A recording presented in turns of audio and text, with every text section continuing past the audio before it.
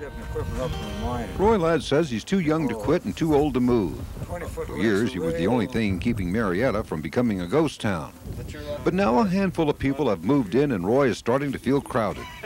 But make no mistake, old Roy is still the town marshal, mayor, and chief desert rat in these parts. I've lived alone out here for years. My closest neighbor is Mina.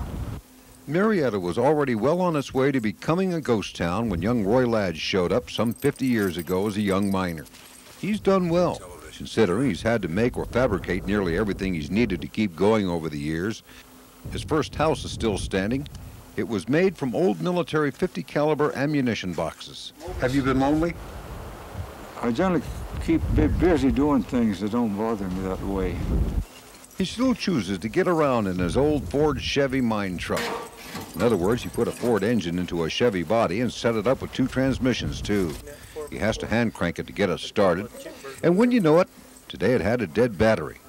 You got to be tough to live in Marietta. Pretty good on Model A's and old Dodges and things like that. These late model cars, forget it. Speaking of old cars, get a load of this. A 34 Packard in mint condition. Belonged to his mother and has less than 50,000 original miles on it. He also keeps a 34 Ford Coupe in storage, too. Don't let the dust fool you. It's in mint condition. Says he drove it to high school some 60-odd years ago.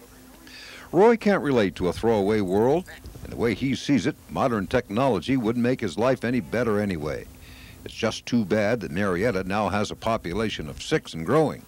Could be Roy is sitting in the middle of a boomtown again. Considering there's only one here for years, and now there'll be a dozen probably pretty soon. Roy says he'd love to have visitors, so stop by and say hello anytime you want. But I wouldn't ask him if anything's for sale. I can tell you it's not.